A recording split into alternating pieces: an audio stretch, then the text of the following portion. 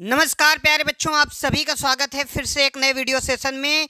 2025 में जो अभी बोर्ड एग्जाम में जो पेपर हुआ है उसका सोल्यूशन लेकर आए हैं। आप भी चेक करिए कि आपके कितने एमसीक्यूज क्वेश्चन सही हुए और 100% आपका रिजल्ट बहुत बेहतर होगा अगर आपने पढ़ाई की होगी। तो पेपर बहुत ईजी आया था बच्चों, डरने की कोई बात नहीं। शुरू करते हैं आज के वीडियो सेशन को।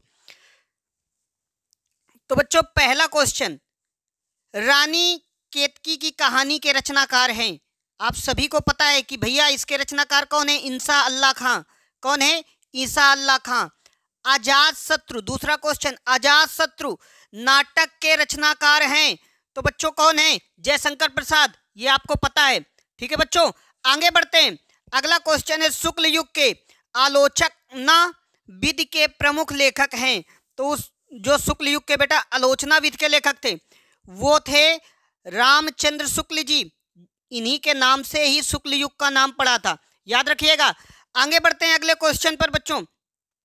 शुक्ल युग की समय अवधि क्या थी? शुक्ल युग की समय अवधि 1938 ईस्वी से 1947 ईस्वी तक। ऑप्शन बी आपका एकदम करेक्ट आंसर हो जाएगा। अनंत आकाश के रचनाकार हैं। अनंत आकाश के रचनाकार बच्चों जयप्रकाश भारती जी हैं। कौन है? जयप्रकाश भारती जी। आप लोग इसमें करके आए होंगे, मैं आशा करता हूं कि आपने यही सब किया होगा। आगे बच्चों बढ़ते हैं अगले प्रश्न पर। प्रश्न नंबर 6 बच्चों देखिए, प्रयोगवादी काव्य की विशेषता है। प्रयोगवादी काव्य की विशेषता है तो बच्चों नवीन उपमानों का प्रयोग। नवीन उपमानों का प्रयोग। अगला क्वेश्चन है, रीतकाल की समय अवधि क्या थी? तो बच्चों रीतकाल की जो समय अवधि थी वो 1643 से 1843 ईस्वी तक थी। 1643 से 1843 ईस्वी तक थी। अगले क्वेश्चन में बच्चों बढ़ते हैं। आधुनिक युग की मीरा कहा जाता है। किसको कहा जाता है बच्चों? महादेवी वर्मा को। किसको कहा जाता है? महादेवी वर्मा को। मैथिली शरण गुप्त की रचना है भारत भारती। भारत भारती। 10 नंबर क्वेश्चन, केदारनाथ सिंह किस सप्तक के कवि हैं? तो तीसरे सप्तक के थे बच्चों। किस तार सप्तक के थे? तो तीसरे तार सप्तक के थे। जो घनीभूत पीड़ा थी। अब देखो बच्चों, पीड़ा, दुख, आंसू ऐसे करके शब्द आ रहे हैं तो इसमें आपका रस पूछ लिया गया है। कौन सा रस है? मैंने कहा था अगर आपको नहीं आता रस पहचानना तो दुख, पीड़ा से संबंधित शब्द आ रहे हैं यहाँ पर, दुख, आंसू। ठीक है, ये सारे शब्द अगर आ रहे हैं तो कहीं ना कहीं आपका सर जी कौन सा रस होगा? करुण रस होगा, क्योंकि आपके सिलेबस में 2 रस हैं तो भैया आपका एकदम करुण रस हो जाएगा। प्रश्न नंबर 12, रूपक अलंकार होता है। उपमेय में उपमेय उपमान के अभेद में। उपमेय उपमान के अभेद में। ऑप्शन बी एकदम करेक्ट आंसर हो जाएगा बच्चों। आगे बढ़ते हैं अगले प्रश्न पर।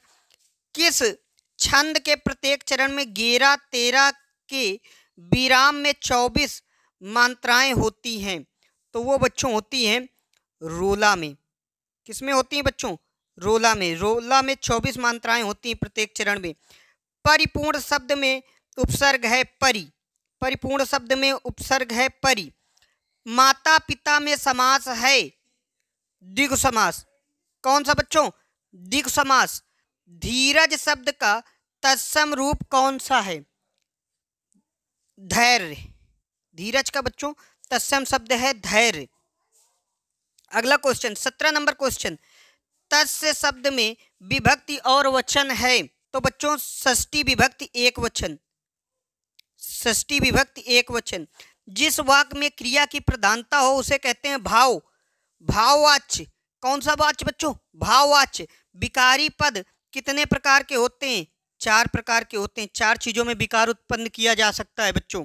आगे बढ़ते हैं 20वां क्वेश्चन, जातिवाचक संज्ञा शब्द है शिक्षक, दरबार, अंधेरा, कोमल। तो बच्चों जातिवाचक संज्ञा इसमें क्या है भैया? यही है ना, शिक्षक। ठीक है बच्चों, ये आपके 20 क्वेश्चन हो गए। अब आपको कमेंट बॉक्स में कमेंट करके बताना है कि इनमें से आपके 20 में से कितने क्वेश्चन आ रहे हैं। ठीक है बच्चों, अगर आपको ये वीडियो अच्छा लगा हो तो प्लीज़ लाइक और सब्सक्राइब करिए। मिलते हैं आप सभी से अगले वीडियो में, तब तक के लिए जय हिंद, जय भारत।